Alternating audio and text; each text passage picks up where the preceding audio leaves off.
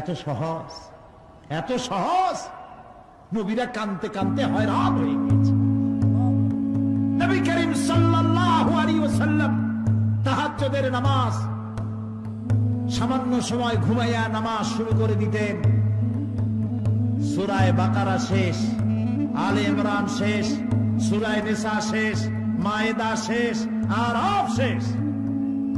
সাহাবায়ে কেরাম মনে করতেন রাসূল বুঝি এই নামাজের রুকুতে আর যাবেন না, ফজর হয়ে যাবে এক রাকাতে। যখন রুকুতে যেতেন মনে হতো আর উঠবেন না, যখন সিজদায় যেতেন মনে হতো ইন্তেকাল করেছেন। হযরত আয়েশা বলেছেন, আমাদের মা জগৎ জননী হযরত আয়েশা রাদিয়াল্লাহু তাআলা আনহা বলেছেন, রাসূলুল্লাহ সিজদায় পড়ে যেভাবে কাঁদতেন, চুলার উপরে হাড়ি তুলে দিলে ভাত রান্না করার সময় যেমন একটা আওয়াজ হয়, ভাতের হাড়িতে শোনেন নাই আওয়াজ? রাসূলুল্লাহর কলিজার ভেতর থেকে কান্নার গুমরে আওয়াজ এভাবে উত্থিত হতো। সকাল বেলায় জুতা পায়ে পড়তে পারতেন না, পাও মোবারক ফুলে বড় হয়ে যেত। বেহেশত এত সহজ। প্রিয় ভাই সব, মান যাল্লাযী ইয়াশফাউ ইনদাহু ইল্লা বিইজনি, কার ক্ষমতা আছে আল্লাহর পারমিশন ছাড়া কথা বলে, সুপারিশ করে? আল্লাহ রাব্বুল আলামিন সুপারিশ করার জন্য যাকে পারমিশন দিবেন আর যার জন্য দিবেন মাত্র সেই ব্যক্তি শুধু তার জন্যই সুপারিশ করতে পারবে, নিজের ইচ্ছা মতো কারোর জন্য সুপারিশ করতে পারবে না। আমাদের জাতির পিতা নাম কি? সব সময় মনে রাখবেন, আদৌ বলবেন না। এই প্রশ্নে কোনো আপোষ নয়। জাতির পিতা কে? হযরত ইব্রাহিম আলাইহিস সালাম কিয়ামতের দিন আল্লাহ রাব্বুল আলামিনের দরবারে ফরিয়াদ করবেন, রব্বুল আলামিন আমার আব্বাজানের জন্য সুপারিশ করি, তুমি দয়া করে তাকে জাহান্নাম থেকে বাঁচায়া দাও। রব্বুল আলামিন বলবেন, ইব্রাহিম তোমার এই সুপারিশ মঞ্জুর হলো না। ইব্রাহিম আলাইহিস সালামের সুপারিশ মঞ্জুর হবে না। আল্লাহ তাআলা বলবেন, ইব্রাহিম আজর তোমার পিতা হতে পারে, কিন্তু আমার খলিলকে আগুনে ফেলার ষড়যন্ত্রে লিপ্ত ছিল, আমি তারে ক্ষমা করব না। নবী করিম সাল্লাল্লাহু আলাইহি ওয়াসাল্লামকে প্রশ্ন করা হয়েছে, রাসূল আপনার মা বাবার অবস্থা কি হবে? রাসূলুল্লাহ বলেছেন, কিয়ামতের দিন আমি আমার মা বাবার কোনো উপকারে আসব না। রাসূলুল্লাহ কাঁদতেছিলেন, সাহাবায়ে কেরাম কাঁদতেছিলেন। বিষয়টা এত সহজ না। দ্বিতীয় শর্ত হলো ওয়ালা ইয়াশফাউনা ইল্লা লিমান ইরতাদা ওয়া হুম মিন খাশিয়াতিহি মুশফিকুন। আল্লাহ তাআলা যার প্রতি সন্তুষ্ট তারা কেবল তার জন্যই সুপারিশ করতে পারবে। বস্তুত সেদিন তারা আল্লাহর ভয় সকলেই ভীত সন্ত্রস্ত থাকবে। কি এর সুপারিশ? ভয়ের চোটে থাকবে অস্থির। সব পেগম্বর নফসি নফসি বলে চিল্লাবে, বলবে আল্লাহ আমারে বাঁচাও, আমারে বাঁচাও। মুসা আলাইহিস সালাম, নূহ আলাইহিস সালাম, ইব্রাহিম আলাইহিস সালাম, ইয়াকুব আলাইহিস সালাম, সব নবীরা কাঁদবেন, বললে আল্লাহ আমারে বাঁচাও, আমারে বাঁচাও।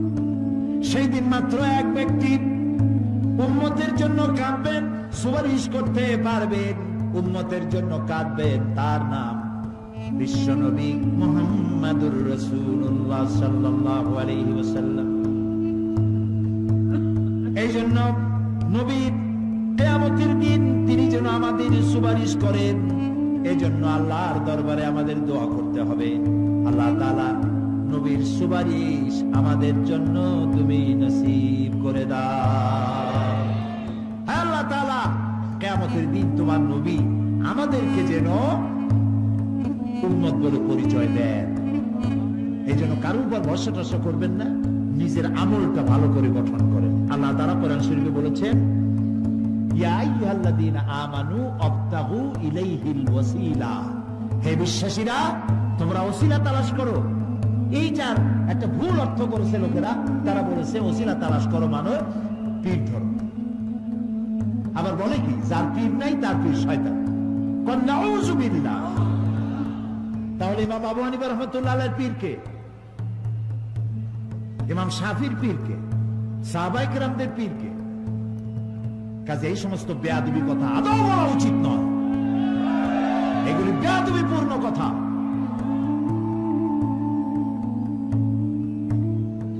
প্রিয় ভাই সব, আল্লাহ রাব্বুল আলামিনের উপরে ভরসা করে নিজের আমলকে ভালো করতে হবে। আবতাগু ইলাইহিল ওয়াসিলা আয় আমলে সালেহ। আবতাগু ইলাইহিল ওয়াসিলা, তুমি নেক আমলের ওসিলা ধরো আল্লাহর কাছে। নিজের আমলগুলিকে ভালো বানাও, ভালো ভালো কাজ করো। সুপারিশ সম্পর্কে সর্বশেষ কথা বলতে চাই। আল্লাহ রাব্বুল আলামিন বলেন কুল লিল্লাহিশ শাফাআতু জামিআ লাহু মুলকুস সামাওয়াতি ওয়াল আরদি সুম্মা ইলাইহি তুরজাউন। হে নবী, স্পষ্টভাবে জানিয়ে দিন সমস্ত সুপারিশ কেবল আল্লাহর ইখতিয়ারাধীন। কে বলতেছেন? শুনতেছেন কথা? কে বলতেছেন? আবার শুনাই। আল্লাহ তাআলা বলছেন কুল লিল্লাহিশ শাফাআতু জামিআ। বলে দিন হে নবী, সুপারিশের সমস্ত ব্যাপারটি কেবলমাত্র আল্লাহর ইখতিয়ারাধীন। আসমান এবং জমিনে তারই সাম্রাজ্য বিস্তৃত। অতঃপর তারই কাছে তোমাদের সকলকে ফিরে যেতে হবে। সুপারিশের মালিক কেউ নয়, আল্লাহ নিজেই। তিনি যাকে পারমিশন দিবেন, যার জন্য পারমিশন দিবেন, তাছাড়া আর কোনো উপায় নেই। প্রিয় ভাই সব, এতক্ষণ যে আলোচনা করলাম এর দ্বারা প্রমাণিত হলো এ দুনিয়া ক্ষণস্থায়ী এবং আখিরাত চিরস্থায়ী। সুবহানাল্লাহ বলবেন না? এ দুনিয়া কি আর আখিরাত কি? চিরস্থায়ী। দুনিয়ার মহব্বত আমরা কোনটারে মহব্বত করি? আখিরাতের না দুনিয়া? কোন বলতে লজ্জা করে? দুনিয়ার ভালোবাসি বেশি। এতে কোনো সন্দেহ আছে? নবীজি বলেছেন লাউ কানা লিইবনি আদামা ওয়াদিন মিন যাহাবিন লাহাব্বা ইয়াকুনা লাহু সানিন। যদি একটা আদম সন্তানকে যদি একটা মাঠ ভরে সোনা দেওয়া হয়, সে ব্যক্তি বলবে আল্লাহ আমারে যদি আরো একটা মাঠ ভরে সোনা দিতে ভালো হইতো। নবীজি বলেন আদম সন্তানের পেট কবরের মাটি ছাড়া কোনো কিছু দিয়া ভরবে না। এই দুনিয়ার পিছনে দৌড়ায় কোনো লাভ নাই।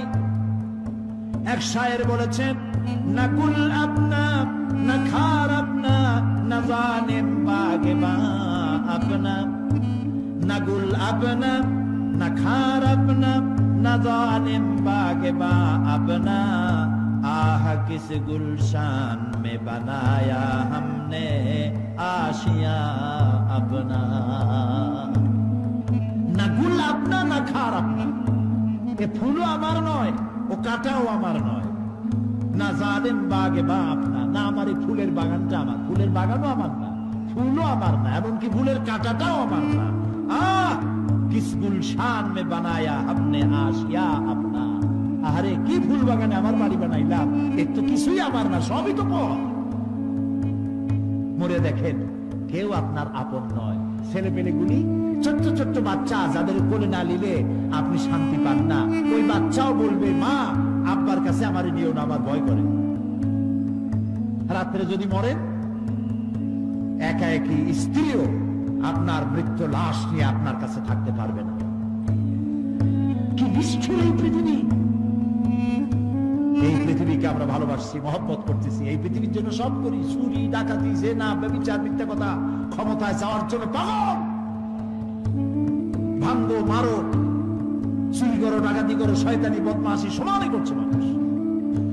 এই পৃথিবী এক পরস্ত্রী, পরমা সুন্দরী নারী, পরের যতই সুন্দরী স্ত্রী হোক তার দিকে তাকায় থাকে কোনো লাভ আছে? তাও করতে পারলেন কোন লাভ আছে? এ লাভ কি? অত বিয়ে হয়ে গেছে। অবিবাহিত হইতো তাহলে প্রস্তাব দিয়ে দেখতেন আপনার কপালে আছে কি নাই। বিয়ে হয়ে গেছে। এই পৃথিবী এক পরমা সুন্দরী পরের স্ত্রী, এটার প্রতি ভালোবাসা করে কোনো লাভ নাই। এটারে কেউ খাইতে পারে না, ও সবাই রে খায়। ঠিক তো কইছেন, হয়তো বোঝেন নাই। এই পৃথিবীর 1 ইঞ্চি মাটির জন্য দেখেন না শহরে কি করে, বাড়ির পাশে বাড়ি উঠাইছে, 1 ইঞ্চি জমি ছাড়বে না। হায় হায়, আর একজনের রাস্তা পাক আর না পাক, জমিন ছাড়বো না। অন্যের জমিন দখল করায় কি মজা পায়। হায় হায়, অন্যের জমিন নেওয়ার জন্য পাগল হয়ে যায় মানুষ। দুনিয়াকে ভালোবাসে, 1 কাঠা জমির জন্য, 1 আঙ্গুল জমিনের জন্য মামলা মোকদ্দমা, জজ কোর্ট, হাইকোর্ট, সুপ্রিম কোর্ট, তারপরেও ছাড়ে না। ঠিক না? এই জমিনে এত ভালোবাসলেন, এত মামলা মোকদ্দমা করলেন, এই জমিনের 1 ইঞ্চিও খেতে পারবেন না, বরং মরিয়া দেখেন জমিন হা করে আপনাকে গিলে ফেলে দেবে। আপনার হাড্ডি বুড্ডি গুস্ত সুদ্ধা মিশে যাবে এই মাটি। পৃথিবীকে ভালোবাসে কোনো লাভ নাই। স্ত্রী পুত্র পরিজন যার যতটুকু পাওনা দিবেন, ভালোবাসবেন, কিন্তু মূল ভালোবাসা কলিজাটা ভরা থাকবে আল্লাহর জন্য। কার জন্য? স্ত্রীর ভালোবাসা স্ত্রীকে দিবেন, মায়ের শ্রদ্ধা, বাপের শ্রদ্ধা, সন্তানের ভালোবাসা আলাদাভাবে দিবেন। আর সব থেকে যিনি ভালোবাসা পাওয়ার দাবিদার, তার জন্য রাতের বেলায় জাগুন, সিজদা দিয়ে কাঁদতে থাকুন। এই চোখ দুটা কে দিছে? এই জিহ্বা কে দিছে? এই কান কে দিয়েছে? এই সুন্দর শরীর কে দিয়েছে? বলার তৌফিক, শোনার তৌফিক কে দিয়েছে? এই হক আদায় করতে গভীর রাত্রে জাগতে হবে, পাইকারি দরে ঘুমায়েন না। একটু জাগুন, শেষ রাত্রে উঠুন, শেষ রাত্রে জেগে প্রেম করুন আল্লাহর সাথে। প্রেম কি ঢোল পিটাই করা যায়? ইনকিলাব, সংগ্রাম, এইসব পত্রিকায় বিশাল হেডিং দিয়ে কেউ প্রেম করে? বিজ্ঞাপন দিয়ে, টেলিভিশনে বিজ্ঞাপন দিয়ে প্রেম করে। প্রেম করে কিভাবে? গোপনে। আর মিলিত হয় নির্জনে। সবচাইতে বড় প্রেমিক হবে নিজে হতে হবে, আর আল্লাহকে সব থেকে বেশি ভালোবাসা দিতে হবে। সেজন্য আল্লাহ রাব্বুল আলামিন বলেছেন প্রেম করার জন্য কিছুটা নির্জনতা প্রয়োজন। এজন্য দিনের আলোতে ওয়াজআলনান নাহারা মাআশা, রাত বানা দিন বানাইছি রুজি রোজগার করার জন্য। ওয়াজআলনাল লাইলা লিবাসা, আর রাত বানাইছি শান্তির বাহন হিসাবে, আচ্ছাদন। সূর্যের আলোর ঝলকানি চলে গেছে, আলোর তীব্রতার নাই। গোটা পৃথিবীর উপরে আমি একটা কালো চাদর দিয়া ঢেকে দিলাম রাতের আধার, আর একেবারে অন্ধকার না করে আকাশে ডিম লাইটের মতো করে কতগুলি তারা জ্বালাইয়া দিলাম। এখন কেউ জেগে নাই, সব ঘুমানো। আমার প্রেমিক কে আছো? ওঠো, উজু করে সিজদায় পড়ে যাও, সিজদায় পড়ে যাও, কান্দো, গুনাহ মাপ চাও, যা করেছো মাপ চাও। তুমি গুনাহ করেছো আর আমি মাফ করার মালিক। ইন্নাল্লাহা ইয়াগফিরুয যুনুবা জামিআ, সব মাফ করে দেব, গুনাহগুলি নেকি দিয়া বদলায় দেব। আমার কাছে কাঁদো, চোখের পানি ফেলো। প্রিয় ভাই সব, রাতে জাগতে শিখুন। রাসূলুল্লাহ বলেছেন ওর থেকে ভালো স্বামী আর দুনিয়ায় নাই। কে বলেছেন? রাসূলুল্লাহ বলেছেন ওর থেকে ভালো স্বামী আর দুনিয়ায় নাই, যে গভীর রাত্রে নিজে জেগে তাহাজ্জুদ রুজু করে নিজের বউরে উঠায়। বউ উঠতে চায় না, পানি এনে বউর মুখের উপরে ছিটায় দেয়, ওঠো বিবি, একসাথে তাহাজ্জুদের নামাজ পড়ি। রাসূলুল্লাহ বলেছেন ওর থেকে ভালো বউ পৃথিবীতে আর নাই, যে বউ রাতের বেলায় ঘুমের থেকে জেগে তাহাজ্জুদের উযু করে, স্বামীর উঠাইতে চেষ্টা করে, ওঠে না, উযুর পানি স্বামীর চেহারায় ছিটায় দেয় আর বলে স্বামী ওঠো, একসাথে তাহাজ্জুদের নামাজ পড়ি।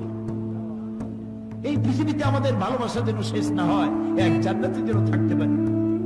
কাঁদো, ওঠো, গভীর রাতে তাহাজ্জুদের নামাজ পড়ে মাথাটা নিচু করে গুনগুন করে গাইতে থাকেন, ইয়া আল্লাহু পড়েন, ইয়া আল্লাহু, ইয়া রহমানু, ইয়া রহিমু, ইয়া হাইয়ু, ইয়া কাইয়ুম। প্রাণ দিয়া বলেন ইয়া আল্লাহু,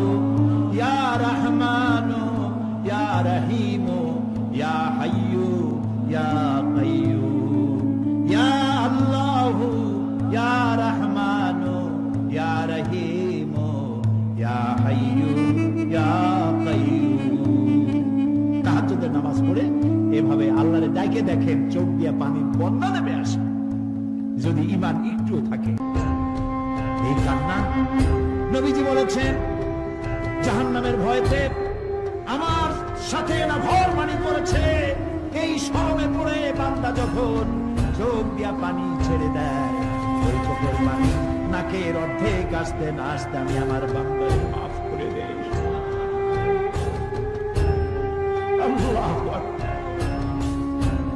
আল্লাহ আমাদের কান্দার তৌফিক দাও, তাহাজ্জুদ পড়ার তৌফিক দাও, পাঁচ ওয়াক্ত নামাজ পড়ার তৌফিক দাও, তোমাকে ভয় করার তৌফিক দাও, তোমার ভয় আর মহব্বত দিয়ে কলিজা ভরে দাও, তোমার রাসূলের মহব্বত দিয়ে আমাদেরকে পাগল বানায় দাও। আল্লাহ, দুনিয়া বড় খারাপ জায়গা। এই দুনিয়ায় আল্লাহর কাছে সৌন্দর্য চাইতে হবে দুনিয়া, কিন্তু দুনিয়াকে স্থায়ী মহব্বত করা যাবে না। প্রিয় ভাই সব, আপনি যদি লন্ডনে যান, আমেরিকায় যান, কোনোদিন যান নাই, যাইতে হলে এখান থেকে টেলিফোন করেন, ওখানে বন্ধু বান্ধব আছে নাকি? তো লন্ডনে আমেরিকায় সেখানে যাবেন, ওখানে আপনার বন্ধু বান্ধব গ্রামের লোক আছে কিনা খোঁজ করেন, ঠিক না? আবার এখান থেকে ফরেন কারেন্সি নিয়ে যান, যেহেতু ওখানে টাকা চলবে না। টেলিফোন করেন, মোবাইল করেন, ফ্যাক্স পাঠান, আরো টাকা পয়সার সাথে নেন। এরপরেও চিন্তা থাকে, আল্লাহ এরপরে যদি কেউ না আসে তাহলে আমি যাবো কেন? এরপরে যাওয়ার সময় আবার বলে দেন যে ভাই আমি কিন্তু আসতেছি, লন্ডন কোনোদিন আসি নাই, তুমি কিন্তু এরপরে থেকো। একটা বিদেশে যাওয়ার জন্য এত প্রস্তুতি নেন, তো সব জায়গায় বন্ধু বান্ধব কেউ না কেউ তো আছে, কিন্তু আমরা এমন একটা দেশে যাব যেখানে কেউ নাই, ফরেন কারেন্সি চলে না, গ্রামের লোক নাই, বাবা নাই, বন্ধু নাই, মা নাই, কেউ নাই। যিনি রিসিভ করবেন, যার সাহায্যের কাঙ্গাল, বদামল করে তার শত্রু বানায় রাখছি, বন্ধু বানাইতে পারি না। তাহলে কি জবাব হবে? কেমন কি হবে কবরে, কি হবে উপায়? এই জন্যে প্রিয় ভাইয়েরা আমার, দুনিয়ার সঙ্গে মহব্বত কমায় দিয়া আখিরাতের মহব্বত বেশি করে করতে হবে। আর দুনিয়ায় যতদিন বেঁচে আছি ততদিন নেক আমল করে মানুষের সাথে সদাচরণ করতে হবে। আল্লাহ তাআলা বলেছেন, লাইসাল বিররা আন তুওয়াল্লু ওয়ুজুহাকুম কিবালাল মাশরিকি ওয়াল মাগরিবি ওয়ালাকিন্নাল বিররা মান আমানা বিল্লাহি ওয়াল ইয়াউমিল আখির। পূর্ব এবং পশ্চিমে কতবার তুমি মাথা ঝুঁকাইছো, এটাই কিন্তু তোমার জন্য কল্যাণ। এর মধ্যে কল্যাণ নিহিত নয়। তার মানে কি? আপনি কত সেজদা আল্লাহরে দিলেন, কত মানুষ তো আছে সেজদা দিতে দিতে কপালে কালো দাগ হয়ে গেছে, আছে না? কিন্তু মিথ্যা ছাড়ে না, ঘুষ ছাড়ে নাই, সুদ ছাড়ে নাই, মানুষের হক নষ্ট করছে, গভর্নমেন্টের হক নষ্ট করে, জনগণের হক নষ্ট করে, আছে না এমন? তাহলে কপালে দাগ পড়ায় লাভটা হইল কি? এই জন্যই আল্লাহ বলছেন, কপালটা, চেহারাটা কোন দিকে ঘুরাইলা, পূব দিকে না পশ্চিম দিকে, এটার উপরে কল্যাণ নিহিত নয়। প্রকৃত কল্যাণ, প্রকৃত ঈমান, প্রকৃত নেকি কাজ হচ্ছে আল্লাহরে বিশ্বাস করে জীবন পরিচালনা এবং পরকালকে বিশ্বাস করা। আল্লাহ যেন সেই বিশ্বাসে আমাদেরকে ধনী বানায় দেন। আমরা বলি আমিন। আজ এ পর্যন্ত, আগামীকাল আরো কথা বলবো। এই কথাগুলি আল্লাহ, এই কথাগুলি কার? আল্লাহ যেন আমাদেরকে আমল করার তৌফিক দেন। পয়গম্বরের ছেলে পর্যন্ত বিগড়ে গেছে। নূহ আলাইহিস সালাম আল্লাহর পয়গম্বর, ছেলে কাফের। লূত আলাইহিস সালাম আল্লাহর পয়গম্বর, স্ত্রী কাফের। আছে না? হেদায়েতের মালিক কে? দেখেন, ফেরাউন কাফের, স্ত্রী আসিয়া মুমিনা। সুবহানাল্লাহ বিহামদি। চিন্তা করা যায় হেদায়েত কত বড় নিয়ামত। ফেরাউন তাকে চাপ দিয়েছে, মানসিক ভাবে বলেছে আমার উপর ঈমান আনো, মূসা আলাইহিস সালামের উপর ঈমান ছেড়ে দাও, তাকে বাদ দাও, মূসা আলাইহিস সালামের আল্লাহর উপর বিশ্বাস প্রত্যাহার করো। আসিয়া বলছি তোমার উপর ঈমান আনবো, তুমি যে কেমন খোদা, আমার চাইতে ভালো তো কেউ জানে না, আমি তোমারে খোদা বলে মানি না। ফেরাউন বলল, লোক লস্করকে ডেকে বলল, এনে নিয়ে যাও, এদেরকে তক্তার মধ্যে লোহাগুলি ফুটায় দিয়া সেই লোহার উপরে ভুট করে শোয়ায় দাও, আর চতুর্দিক থেকে মারতে থাকো, পিটাইতে থাকো, লোহাগুলি শরীরে ফুটতে থাকো, তার চিল্লানির আওয়াজ যেন আমি সিংহাসনে বসে শুনতে পাই। আল্লাহর এই বান্দিকে তক্তার উপরে হাজার লোহা পিটাইয়া তক্তা উল্টায় দিয়েছে। লোহাগুলি কি হয়েছে? খারাপ হয়ে গেছে। ওর উপরে ভুট করে শোয়াইয়া পিটানো শুরু হয়েছে। হযরতে আসিয়া প্রাণ ভিক্ষা চাইলেন না। কোরআনে কারীমে রব্বুল আলামিন বলেন, হযরতে আসিয়া কাঁদতে লাগলেন আর বলতে লাগলেন, রব্বুল আলামিন, আমি জালিমের জুলমের মধ্যে পড়েছি, আয় আল্লাহ তাআলা এই জুলুম থেকে ফেরাও এবং তার সাথী সঙ্গীদের জুলুম থেকে আমারে বাঁচাও, আর তোমার কাছে জান্নাতের ভিতরে আমার জন্য একটা ঘর বানাইয়া দিও, আমাকে ঈমানের মউত দিও। রব্বুল আলামিন ফেরেশতাদেরকে অর্ডার করলেন, আমার ফেরেশতারা আসমানের দরওয়াজাগুলি খুলে দাও, আমার আসিয়া যেন আমার জান্নাত দেখে তার রূহ যেন জান্নাতের দিকে পরওয়াজ করতে পারে। হেদায়েত আল্লাহ যারে দেন, আগুনের উপরে দাঁড়িয়ে সে আগুনের অগ্নি পরীক্ষা দিয়ে হেদায়েতের উপরে টিকে থাকে, আর কপালে যার নাই হেদায়েত থেকে বিগড়ে যায়। এই জন্য আল্লাহর কাছে দোয়া করতে হবে, রব্বানা লা তুজিগ কুলুবানা বাদা ইয হাদাইতানা ওয়া হাব লানা মিন লাদুনকা রাহমাতান ইন্নাকা আনতাল ওয়াহ্হাব। কে জিজ্ঞেস করবেন? কে জিজ্ঞেস করবেন? বান্দাকে আল্লাহ, আল্লাহ নিজে বান্দাকে জিজ্ঞেস করবেন। বান্দা ভয় কলিজা গলার কাছে চলে আসবে, আবার মৃত্যুর মতো ভয় সৃষ্টি হয়ে যাবে, কাঁদতে কাঁদতে অস্থির হয়ে যাবে, বলবে, আল্লাহ আমি তো করে ফেলেছি, আমি তোমার কাছে মাপ চাই, আমাকে ক্ষমা করে দাও। বান্দার এই হয়রানি আর পেরেশানি দেখে আল্লাহ রাব্বুল আলামিন বলবেন, বান্দা যাও, চলে যাও, আমার জান্নাতে চলে যাও, আমি তোমার মাফ করে দিলাম। এই জন্য নবীজি শিখাইছেন, দোয়া করো, আল্লাহর কাছে দোয়া করো, আল্লাহুম্মা হাসিবনি হিসাবান ইয়াসীরা। পড়েন, আল্লাহুম্মা হাসিবনি হিসাবান ইয়াসীরা। মানুষের যে সাধারণ হিসাব হবে সে সম্পর্কে আল্লাহ পাক বলেন, ইয়াউমাইযিন তু'রাদুনা লা তাখফা মিনকুম খাফিয়া। সেদিন তোমাদের হিসাব নিকাশ পেশ করা হবে এবং তোমাদের কোনো বিষয় গোপন রাখা হবে না, কিচ্ছু গোপন থাকবে না, সব প্রকাশিত হয়ে যাবে। ইন্না লিল্লাহি ওয়া ইন্না ইলাইহি রাজিউন।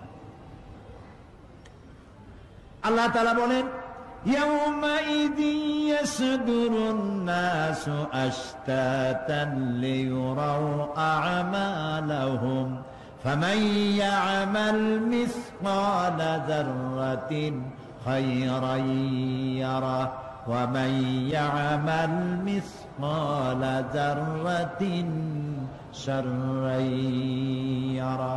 সেদিন মানুষকে বিভিন্ন দলে বিভক্ত করা হবে, সব এক জায়গায় থাকবে হাসরে মানুষ।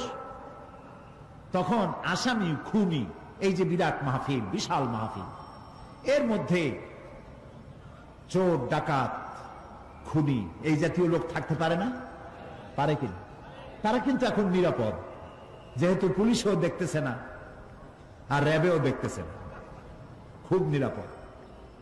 কিন্তু হঠাৎ করে যদি বলা হয় এই সমাবেশের ভিতরে সন্ত্রাসী কারা, তাদেরকে আমরা শনাক্ত করেছি, তারা আলাদা হয়ে যাও, তখন অবস্থাটা কেমন হবে? মৌতের শামিল হয়ে যাবে, ঠিক না?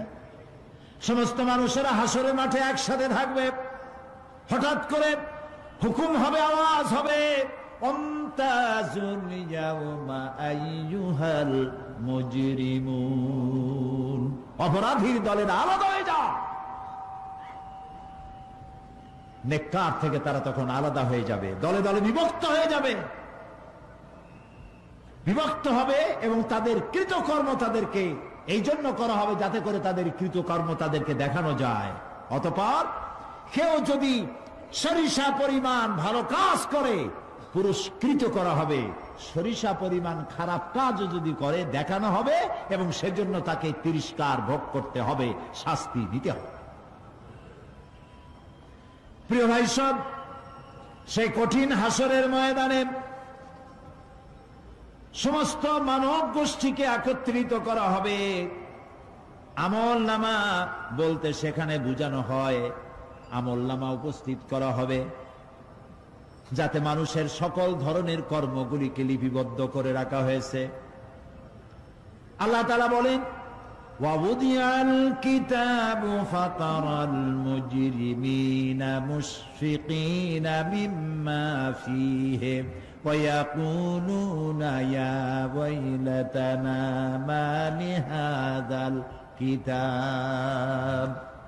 আর আমলনামা সামনে রাখা হবে, তাতে যা লেখা আছে তার কারণে আপনি অপরাধীদেরকে ভীত এবং সন্ত্রস্ত দেখতে পাবেন। আল্লাহ তাআলা বলছেন আমলনামা হাতে এসে যাবে এবং এই হাতে আমলনামা পাওয়ার পর তারা বলবে, মা লিহাযাল কিতাব লা ইউগাদিরু সাগীরাতান ওয়ালা কাবীরাতান ইল্লা আহসাহা। এটা কি আশ্চর্য কিতাব! বড় বড় পাপ যা করেছি তাও লেখা হয়েছে, ছোট ছোট পাপ যা করেছি তাও লেখা হয়েছে। ওয়াওয়াজাদু মা আমিলু হাদিরান ওয়ালা ইয়াযলিমু রাব্বুকা আহাদা। যা যা তুমি আমল করেছিলে সমস্ত কৃতকর্ম কাগজে পত্রে লেখা আছে। তোমার রব কারো প্রতি জুলুম করবেন না। অমাল্লাহু বিযাল্লামিন লিল আবিদ। আল্লাহ তাআলা বান্দার উপরে কখনো জুলুম করেন না। এগুলি সব উপস্থিত হয়ে যাবে, বিশ্বাস করেন? এইখানে মাত্র কয়েকজন লোক কইলুজি, এটা তো ইমানের প্রশ্ন। এসব কথা যা বলা হলো বিশ্বাস করেন? আল্লাহ যেন এই বিশ্বাস আমাদের কলিজার মধ্যে গেড়ে দেন, বলেন আমিন। প্রিয় ভাই সব,